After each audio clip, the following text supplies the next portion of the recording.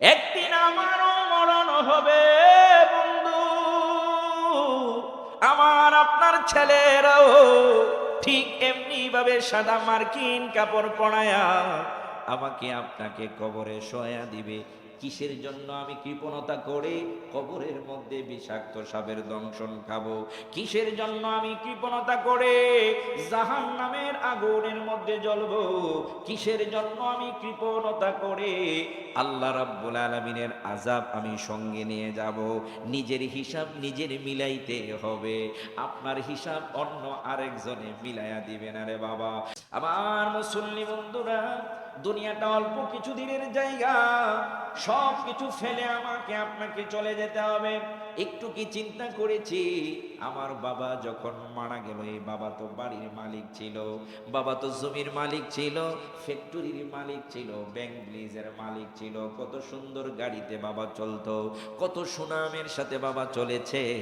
বাবা যেদিন চলে গেল কিছুই তো নিয়ে যায় নাই, বাজারের সাদা মার্কিন কাপড় সিলাই ছাড়া পকেট ছাড়া পরায়া দিলাম, ঠিক কিনা? একদিন আমারও মরণ হবে বন্ধু, আমার আপনার ছেলেরাও ঠিক এমনি ভাবে সাদা মার্কিন কাপড় পরায়া আমাকে আপনাকে কবরে শোয়া দিবে। কিসের জন্য আমি কৃপণতা করে কবরের মধ্যে বিষাক্ত সাপের দংশন খাবো? কিসের জন্য আমি কৃপণতা করে জাহান্নামের আগুনের মধ্যে জ্বলবো?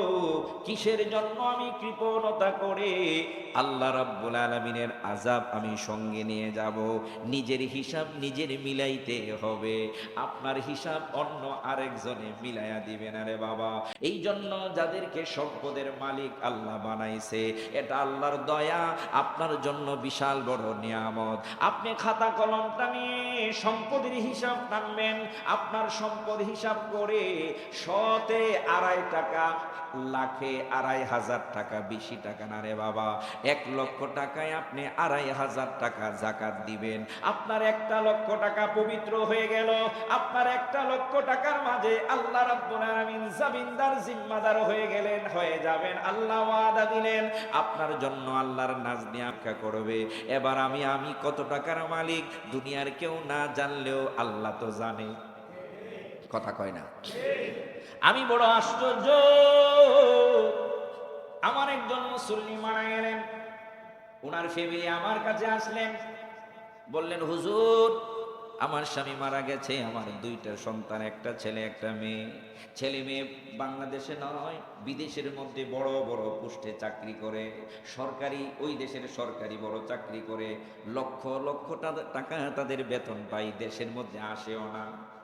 আমার স্বামীও বড় পোস্টে বাংলাদেশের মধ্যে ছিলেন, তার ফিক্সড ডিপোজিটে আছে 3টা ব্যাংকে 2.5 কোটি টাকা। কয় কোটি?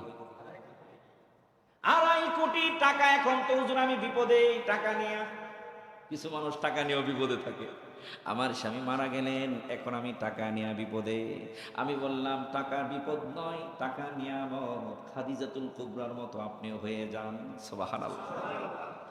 আমার নবী বলেন খাদিজাতুল কুবরার সম্পদ ইসলামের জন্য এত বড় নিয়ামত, যদি খাদিজার সম্পদ না থাকতো আমি ইসলাম নিয়ে এতটুকু আগাইতে পারতাম না, সুবহানাল্লাহ। তার সম্পদ ইসলামের জন্য নিয়ামত কিনা? এই জন্য যাদেরকে টাকাওয়ালা আল্লাহ বানাইছেন তাদের উপর অনেক দায়িত্ব ইসলামের আছে। ও বন্ধুরা রে, আমার আল্লাহ রাব্বুল আলামিন ওই লোকটাকে আমি বলে দিলাম খাদিজাতুল কুবরার মতো হয়ে যান, উনি অনেক উচ্চ শিক্ষিত মানুষ। আমি বললাম টাকা হইছে, কোনো অসুবিধা নাই, হিসাব করে করে আপনি যাকাত দিয়ে দেন। হুজুর এত টাকার যাকাত আমি মহিলা মানুষ কোথায় দিব, এটাও আরেক পেরেশানি। আমি বললাম সরকারি ইসলামী ফাউন্ডেশন আপনি চলে যাবেন, আপনি শিক্ষিত মানুষ, ওই জায়গায় রিসিট কেটে সরকারি কোষাধ্যক্ষকে দিয়ে আসবেন, তাদের দায়িত্ব হয়ে যাবে আপনার সম্পদ জায়গায় জায়গায় পৌঁছায়া দেওয়া, ঠিক কিনা? আমি সুন্দর একটা বুদ্ধি দিয়ে দিলাম আমার মুসল্লি বন্ধুরা রে, ও বাবাজিরা রে, আমরা তো সে এত টাকার মালিক নয় যে যতটুকু সম্পদের মালিক হলাম, একটু হিসাব করে করে নিজেকে পবিত্র বানাইয়া আল্লাহর কাঠগড়া থেকে মুক্ত হওয়ার দরকার আছে না নাই? এই জন্য রমজান টু রমজান আমরা হিসাবটা সহজে করতে পারি বিদায় গত রমজানে জাকাত দিলাম, এই রমজানে জাকাত দিব। রমজানে যে জাকাত দিতে হবে তার কোনো শর্ত নয়, আপনি সারা বছর জাকাত দিতে পারেন। রমজানে হিসাবটা টান দিলেন, আমি সারা বছর ডায়েরিতে লিখে রাখলাম এমুক জায়গায় জাকাত ফান্ড থেকে আমি 500 টাকা দিয়েছিলাম, এমুক জায়গায় 1000 টাকা দিয়েছিলাম, এমুক জায়গায় 5000 দিয়েছিলাম। রমজানে আপনি হিসাবটা টানেন, আপনার সম্পদের কতটুকু আছে, কতটুকু কি, আপনার উপর জাকাত কত হলো। যে আপনার উপর জাকাত হইলে 2 লক্ষ টাকা, সারা বছরে দেখা গেছে দেওয়া হয়ে গেছে 50,000 টাকা, বাকি 1.5 লক্ষ টাকা আপনি জাকাত হিসেবে দিয়ে দেন। বাংলাদেশে জাকাতের জায়গার অভাব নাই, ঠিক কিনা? সুন্দরভাবে যদি বাংলাদেশের মানুষ, সম্পদওয়ালা মানুষ গরিবদের কাছে জাকাত পৌঁছায় দিত, তাহলে কোনো জায়গায় আর জাকাত নেওয়ার লোক পাওয়া যাইত না। আপনি হিসাব করেন, আমি হিসাব করি, আমার ভাই বোন আত্মীয় স্বজন, আমার চাচাতো ভাই, আমার গোষ্ঠীর মাঝে কতজন গরিব আছে একটা লিস্ট করলাম। আপনাকে আল্লাহ রাব্বুল আলামিন অঢাল সম্পদের মালিক বানাইছে। আপনি টার্গেট নিলেন এই বছর আমার সম্পদ দিয়ে আমি 10টা লোককে, আমার আত্মীয় স্বজন 10টা লোক গরিব যারা, তাদেরকে আমি সচ্ছল করে দিব। এই তুই কি করতে চাস? তো আমি সিএনজি চালাইতে চাই। ঠিক আছে, তোর সিএনজির দাম কত? আমি একটা সিএনজি কিনে দিব, কত ইনকাম করতেছস আমার জানাইবে, আমি কিন্তু কেয়ার নিব, খবর নিব। দেখা গেছে এক সিএনজি দিয়ে তার কপাল খুলে গেছে, পুরো সংসার চলতেছে, আরো 5টা সিএনজির মালিক হয়ে গেছে। তা আপনি একটা লোককে সচ্ছল বানাই দিয়েছেন আপনার জাকাত দিয়ে, আপনার জাকাতও আদায় হয়েছে, একটা ফ্যামিলি সচ্ছল হয়ে গেছে। একটু নিজে চিন্তাধারা করে এরকম ভাবে যদি আপনি দেখাশোনা করে আপনার আত্মীয় স্বজন এরকম টার্গেট নেন, আপনি 5 বছর পরে আপনার আত্মীয় স্বজনের মধ্যে কাউরে গরিব আর পাবেন না। এরপরে আত্মীয় স্বজন আর আসবে না, আসবে এরপরে আপনি দেশের দিকে তাকান। ওয়ানফুসিকুম ওয়া আহলিকুম নার, আল্লাহ তো নিজেই বলছে তুমি তোমার আহালকে আগে জাহান্নাম থেকে বাঁচাও, তারপরে অন্য চিন্তা করো। তো এইটাকে পয়েন্ট হিসাবে নিয়ে, সূত্র হিসাবে নিয়ে আপনি আপনার জাকাতের খাতটাও আপনার আহালদের মাঝে দেওয়া শুরু করেন না। এইরকম ভাবে একটা টার্গেট নিয়ে আপনি যখন জাকাত দিতে থাকবেন, তখন দেখা গেছে একটা পর্যায়ে আপনার আত্মীয় স্বজনের মধ্যে আর কেউ গরিব আর রইল না। আমরা কি করি? চিন্তা করি যে হেরে যদি জাকাত দিয়ে দেয়, পরের দিন তো আর আমার কাছে হাত পাতত, এটা আমার সামনে মাথা নড়ায় নড়ায় চলবো, বাপ খাপ দেখায় চলবো, এটা কি সহ্য হইব? এমন টাকা দিব বিড়ি খাইয়ে যেন শেষ করে মারা। কথা কোন ঠিক কিনা? আমার জাকাত হইছে 10 লক্ষ টাকা, হেরে দিলাম 300 টাকা। কত দিলাম? দিলাম 300 টাকা। নে তুই আইসন জাকাতের জন্য 500 টাকা দিলাম। হে বাসা পর্যন্ত যাইতে যাইতে সিএনজি বাড়াই গেছে। জাকাত আপনার কাছ থেকে নিয়ে বাসা পর্যন্ত যাইতে যাইতে কি সিএনজি বাড়াই শেষ হয়ে গেছে। পরের বার আমার আপনার দিকে তাকাই রয়েছে যে কোন সময় দিব। আমাদের টার্গেটটা তো এরকম যে রমজান মাসে আমার কাছে আইব, আমি একটা বাপসাপ নিয়ে থাকবো, টাকা পয়সা দিয়ে দিলাম যে আমি অন্ততপক্ষে রমজানে তো আমার স্মরণ করবো। এইরকম চিন্তাধারা করে জাকাত না দিয়ে সমাজকে, জাতিকে পরিবর্তন করার নিয়ত করার দরকার, ঠিক কিনা? এক একজন, একটা লোক যদি 2.5 কোটি টাকা ফিক্সড ডিপোজিটে থাকে, ফিক্সড ডিপোজিট মানে কি? এক্সট্রা ভাড়ায় রাখছে। আর আরো কেমন সম্পত্তির মালিক সে! ঢাকা শহরে তার যে বাড়ি আছে, এই বাড়িতে কোনো ভাড়াটিয়া রাখে না। সে মারা গেছে, 2-3টা কাজের লোক থাকে আর তার ওয়াইফ থাকে। কি সুন্দর চমৎকার 4তলা 5তলা বাড়ি, লিফট টিপ সহ চমৎকার বাড়ি। তা এই লোকটা তো 2.5 কোটি টাকা ফিক্সড ডিপোজিটই আছে, এরপরে তো বাড়ি সম্পদের কোনো অভাব নাই, এইগুলার তো এক্সট্রা ইনকাম আছেই, ওইগুলার দিকে তো যাওয়ার কোনো। 2.5 কোটি টাকা যদি হিসাব করে জাকাত দেয়, তার একটা ভালো অ্যামাউন্ট আসবে। কথা কোন ঠিক কিনা?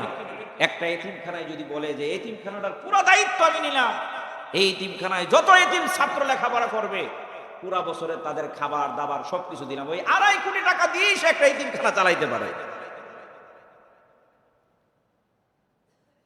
এইরকম চিন্তাধারা নিয়ে আমাদের জাকাত দিলে আমাদের সমাজ পরিবর্তন হবে, আমাদের আত্মীয় স্বজনের পরিবর্তন হবে, দেশের পরিবর্তন হবে, ঠিক কিনা?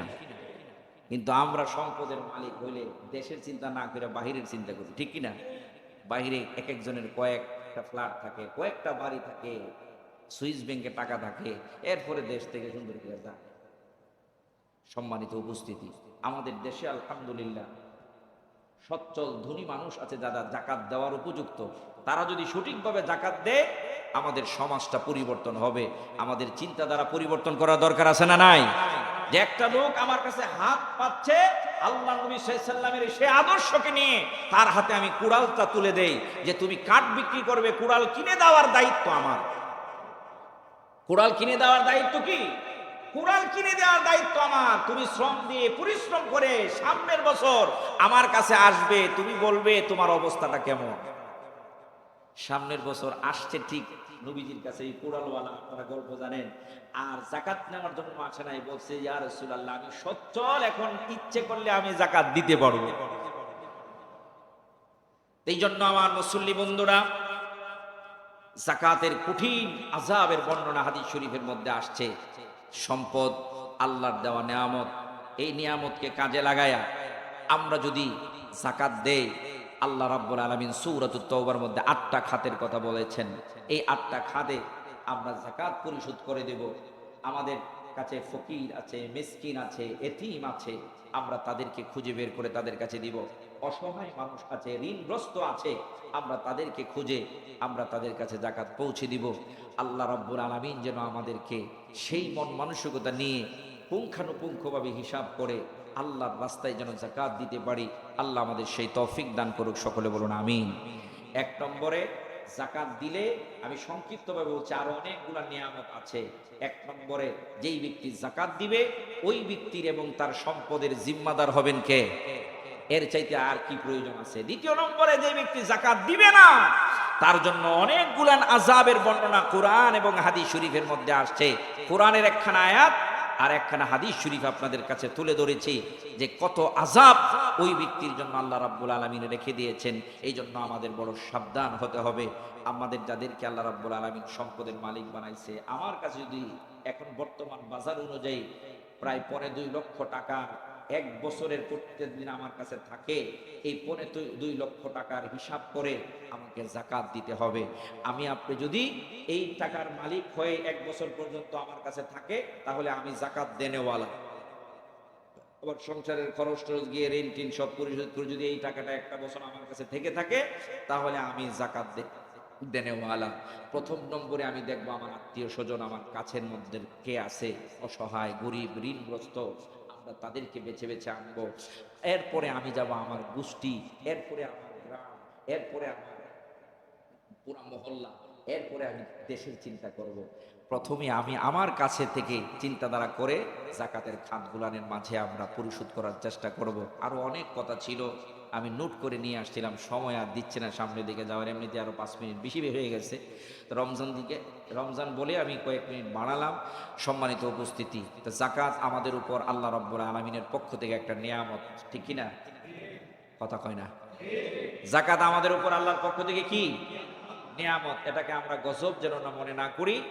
সাদকাতুল ফিতর, এই ফিতর আমাদের উপর আল্লাহ রাব্বুল আলামিন ওয়াজিব করেছেন।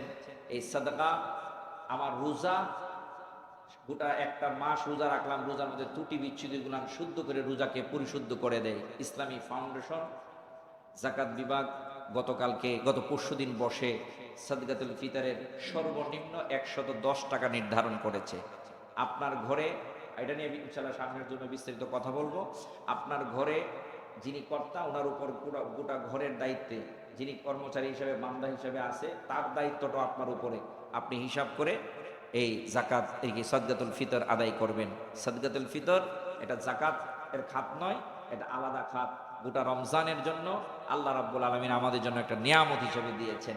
এই সাদকাতুল ফিতরের মাধ্যমে আমার আপনার রোজাটা পরিশুদ্ধ হবে, আল্লাহ রাব্বুল আলামিনের কাছে প্রিয় হওয়া যাবে। সর্বনিম্ন কত? 110, সর্বোচ্চ 2875 টাকা। 2875 টাকা সর্বোচ্চ। এরপরে আরো অনেকগুলো ভাগ আছে, 350 আছে, 550 আছে, 800 আছে, 1100 আছে। এক একটার হিসাব অনুযায়ী, গম অনুযায়ী, জব অনুযায়ী, কিসমিস অনুযায়ী, খেজুর অনুযায়ী ভাগ করা হয়েছে। আমি সর্বোচ্চটা জানিয়ে দিলাম, সর্বনিম্নটা জানিয়ে দিলাম। সর্বোচ্চ 2875 টাকা, সর্বনিম্ন 110 টাকা। আমরা সাদকাতুল ফিতর ঈদগাহের ময়দানে যাওয়ার আগেই পরিশোধ করব।